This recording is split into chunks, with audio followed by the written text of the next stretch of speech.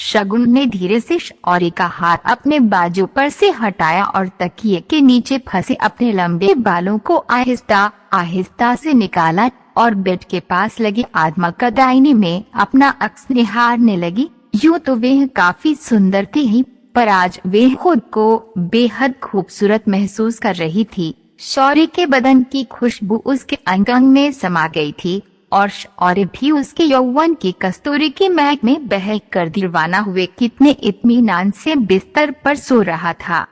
शौर्य के साथ बीते इन कुछ पलों में इस दैहिक आत्मिक सुकून को महसूस कर उसे खुद लगा जैसे वे किसी स्वर्ग की अप्सरा हो और उसने किसी देवता की समाधि या उसका ध्यान भंग कर दिया हो। हाँ, वही तो किया था उसने अपने रूप के माया जाल में फंसा कर अपनी ही सौतेली बहन बरखा के होने वाले पति को अपनी बहन से पहले अपने रूप यौवन में उलझा कर उस बहन को आज जीवन भर के लिए एक ऐसा पति दिया है जो कि प्रथम मिलन की पहली कशिश कभी भी उसकी बहन बरखा को नहीं दे पाएगा, क्योंकि प्रथम मिलन का प्रथम सुख तो शौर्य के साथ वह भोग ही चुकी थी और शौर्य की आत्मा तक को उसने अपने रूप यौवन के माया जाल में ऐसा कसा था कि वह जिंदगी भर उसको दोबारा पाने के लिए, उसके साथ प्रथम मिलन के उस सुख को दोबारा पाने के लिए जीवन भर कस्तूरी मृग की भांति उसे पाने के लिए छटपटाता रहेगा।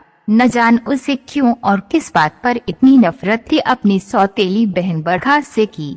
उससे बदला लेने के लिए उसने अपने कुंवारेपन, अपना स्त्रीत्व सब कुछ दाग पर लगा दिया। उसे आज भी याद है कि किस तरह उसके पिता ने उसे और उसकी माँ को छोड़कर उसकी अपनी ही मौसी यानी उसकी माँ की बहन से दूसरा ब्याह कर लिया। कहने को तो दोनों बहनें थी, पर आज दोनों सौतन के रूप में एक ही घर में ऊपर नीचे रह रही थी। इसमें ना जाने कसूर किसका था, उसके पिता का, उसकी मौसी का या उसकी खुद माँ का, जो अपने पति को संभाल कर न रख सके। पर इस सब का खामियाजा हमेशा से शगुन को ही भुगतना पड़ा। कभी स्कूल में, कभी समाज में उसे बरखा को अपनी सौतेली बहन के रूप में स्वीकारना पड़ा। ऊपर से पिता का स्नेह उसकी सौतेली माँ और बरखा पर अधिक होने के कारण जिंदगी भर बरखा के छोड़े गए नए नए खिलौने और कपड़े के साथ उसे बचपन गुजारना पड़ा। उसे बरखा की उतरन कभी मंजूर नहीं थी। हमेशा हर वो चीज जो बरखा छोड़ देती या उसका मन भर जाता तब उसे दी जाती। उसके कोमल मन पर इस बात का इतना अधिक प्रभाव पड़ा कि वे किशोरावस्था तक आते आते मन ही मन बगावत कर उठी। कुछ दिन पहले जब बरखा को देखने शौर्य और उसके परिवार वाले घर आए तो उसने बरबस ही बरखा के होने वाले पति शौर्य को अपनी ओर चुपके से देखते देखा, क्योंकि कहते हैं कि स्त्री के पास छठी इंद्रिय भी होती है। तो वह शौर्य की आंखों को देखते ही समझ गई कि शायद शौर्य उसे पसंद कर रहा है।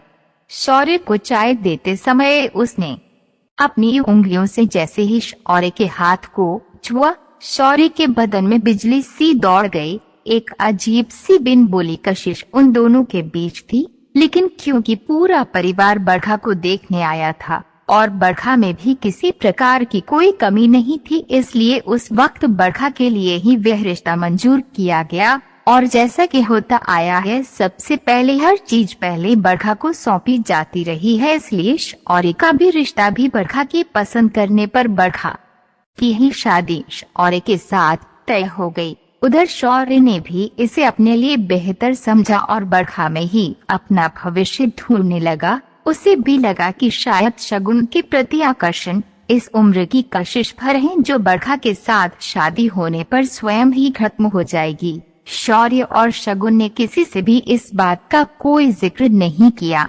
लेकिन इस बात से शगुन के मन में एक और कड़वाहट भर गई और वह दिल ही दिल उन सभी जख्मों की भरपाई करने के लिए तैयार हो गई जो जाने अनजाने उसके और उसकी माँ के दिल पर उसके पिता और बरखा की माँ के द्वारा लगे थे। उधर बरखा अपने इस गोल्डन समय को यादगार बनना चाहती थी, तो उसने अपने कुछ खूबसूरत एहसास एक प्रेम पत्र में लिखकर शगुन के हाथों शौर्य के पास भिजवाना चाहा।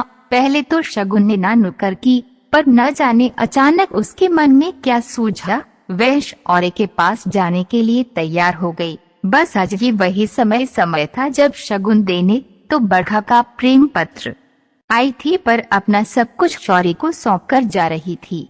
शगुन आईने में देख अपने बाल बांध ही रही थी कि तभी शौर्य की आंख खुली और उसने शगुन का हाथ पकड़कर उसे अपनी ओर जैसे ही खींचा, उसके लंबे के शौर्य की छाती पर चारों ओर फैल गए। शौर्य ने शगुन को कसकर अपनी बाहों में भरते हुए उसे अपने सीने से लगा लिया और उसने कहा, शगुन प्लीज मुझे छोड़कर मत जाओ, मैं दोनों के घर वालों से कह दूंगा कि मुझे बरखा नहीं तुम चाहिए। तो इस पर शगुन ने शौर्य के मुंह पर उंगली रखते हुए कहा, शश जनाब, आपके बदन की खुशबू अपने रोम रोम में समाये लिए जा रही हूँ, पर इस बात का कहीं जिक्र तक नहीं आए तो यही हम दोनों के लिए अच्छा होगा, नहीं तो न जाने कौन सी महाभारत तो हम दोनों के घर में हो जाएगी। इसलिए समझे ना होने वाले जीजाजी, जो कुछ भी आज हम दोनों के बीच हुआ उसे एक सुंदर स्वप्न समझकर भूल जाना और बारात लेकर घर समय पर